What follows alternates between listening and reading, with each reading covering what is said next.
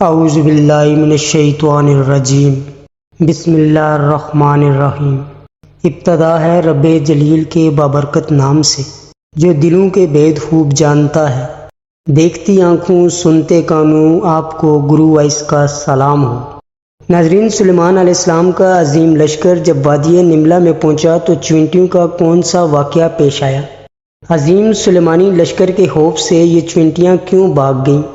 اور جدید سائنس کا قرآن مجید کا اس واقعے سے کیا تعلق ہے؟ ویڈیو میں مزید آگے بڑھنے سے پہلے آپ تمام حضرات سے گزارش ہے کہ اگر آپ ہمارے چینل پر نئے ہیں تو برائے مہربانی ہمارے اس منفرد چینل کو سبسکرائب ضرور کر دیں تاکہ مستقبل میں آنے والی ہر نئی ویڈیو کا نوٹیفیکیشن آپ کو بآسانی مل سکے۔ شکریہ۔ ناظرین، حضرت سلیمان علیہ السلام اللہ کے پیغمبر اور بادشاہ تھے جو داؤد علیہ السلام کے سب سے چھوٹے بیٹے تھے۔ 965 قبل مسیح میں حضرت داؤد علیہ السلام کے جانشین ہوئے اور قریباً 60 سال فرما روا رہے۔ اللہ تبارک و تعالیٰ نے اپنے برگزیدہ پیغمبر حضرت سلیمان علیہ السلام کو علم منطقۃ یعنی پرندوں سے ہم کلام ہونے کا علم سکھایا۔ آپ علیہ السلام صرف پرندوں ہی نہیں بلکہ جانوروں، کیڑے مکوڑوں اور درندوں حتیٰ کہ تمام مخلوقات کی زبان جانتے تھے۔ آپ علیہ السلام ان سے انہی کی زبان میں باتیں کیا کرتے تھے۔ آپ علیہ السلام کے لشکر میں انسان، سانپ، چرندوں، پرندوں اور درندوں کے علاوہ اللہ کی دیگر مخلوقات بھی بڑی تعداد میں شامل تھی۔ آپ علیہ السلام بہت رعبدار اور دبدبے والے بادشاہ تھے۔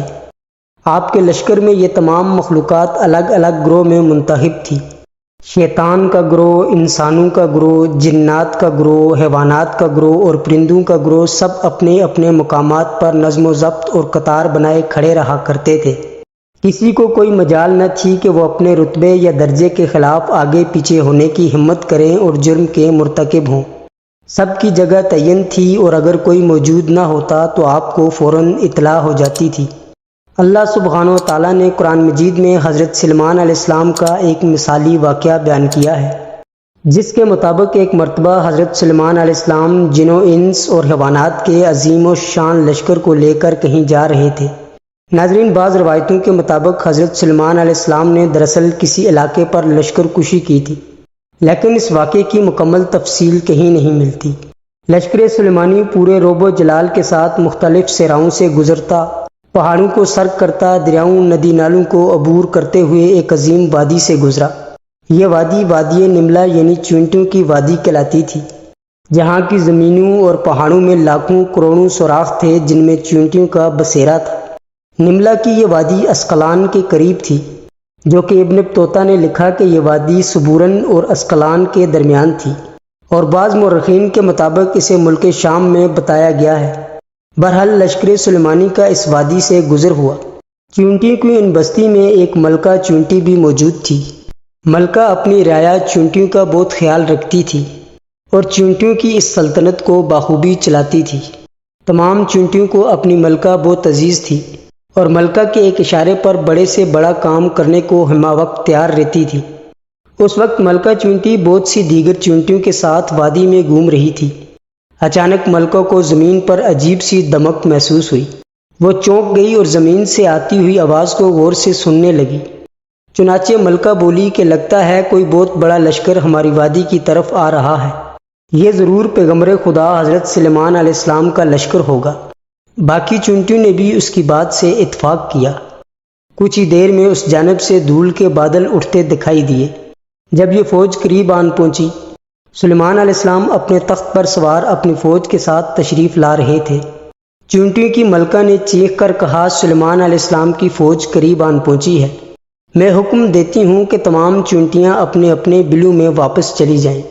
سلیمان علیہ السلام ہمیں کوئی نقصان پہنچانے نہیں آئے، مگر انہیں کیا خبر کہ ہماری کثیر تعداد اس وادی میں موجود زمین پر رینگ رہی ہے، لہذا کہیں یہ عظیم لشکر بے خبری میں ہمیں کچل نہ ڈالے۔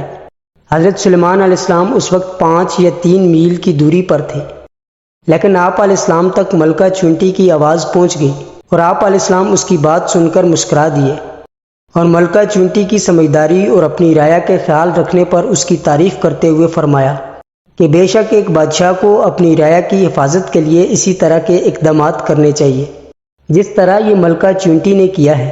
ناظرین، اس واقعے میں ہمارے لیے بے شمار نصیحتیں اور سبق موجود ہیں، لیکن اس واقعے کا ایک پہلو جدید سائنس کی کڑیوں کو بھی جوڑتا ہے۔ دراصل سائنس حیوانات، خاص طور پر حشرات الارض کی دنیا کے بارے میں ایک لمبے عرصے تک بے خبر تھی، اور آج بھی تمام جدید ترقی کے باوجود سائنس مکمل طور پر آگاہ نہیں ہے، خاص کر چیونٹی جیسی چھوٹی مخلوق کے متعلق جن کا اپنا ایک طرز زندگی اور الگ نظام ہے۔ سال 1916 میں او ولسن اور ان کے ساتھیوں نے چیونٹیوں پر کافی ریسرچ کی تھی۔ اسی طرح یونیورسٹی آف لوزن کی ایک ریسرچ میں بتایا گیا کہ چیونٹیاں دراصل دوسرے جانوروں سے کافی الگ اور سمجھدار مخلوق ہوتی ہیں، کیونکہ وہ آپس میں کلام کرتی ہیں، لیکن یہ چیونٹیاں زبان سے باتیں نہیں کرتی، بلکہ ڈیٹا منتقل کر کے باتیں کرتی ہیں، اور اس کا طریقہ یہ ہے کہ وہ اپنے منہ سے ایک فلوئڈ یا خاص قسم کا مواد خارج کرتی ہیں اور سامنے والی چیونٹی کے منہ میں چپکا دیتی ہیں، اور دوسری چیونٹی اس سے سارا پیغام ڈی کوڈ کر کے سمجھتی ہے۔ اس لیے اکثر چیونٹیاں چلتے چلتے رک کر دوسری چیونٹیوں سے منہ لگا کر آگے بڑھ جاتی ہیں۔ ناظرین، یہ دراصل وہ عمل ہوتا ہے جس میں یہ ڈیٹا منتقل ہوتا ہے۔ آج سائنس چیونٹیوں کی جس بولی اور ڈیٹا ٹرانسفر پر غور و فکر کر رہی ہے، اور حیرت زدہ ہے کہ قرآن مجید میں 1400 سال پہلے ہی سلیمان علیہ السلام کے اس واقعے کے ضمن میں یہ واضح کر دیا تھا کہ یہ مخلوق بھی بولتی اور سمجھتی ہے، لیکن اس زمانے میں اس واقعے کو محض قصہ، کہانی اور افسانہ قرار دیا گیا، جسے آج سائنس ماننے اور اقرار کرنے پر مجبور ہے۔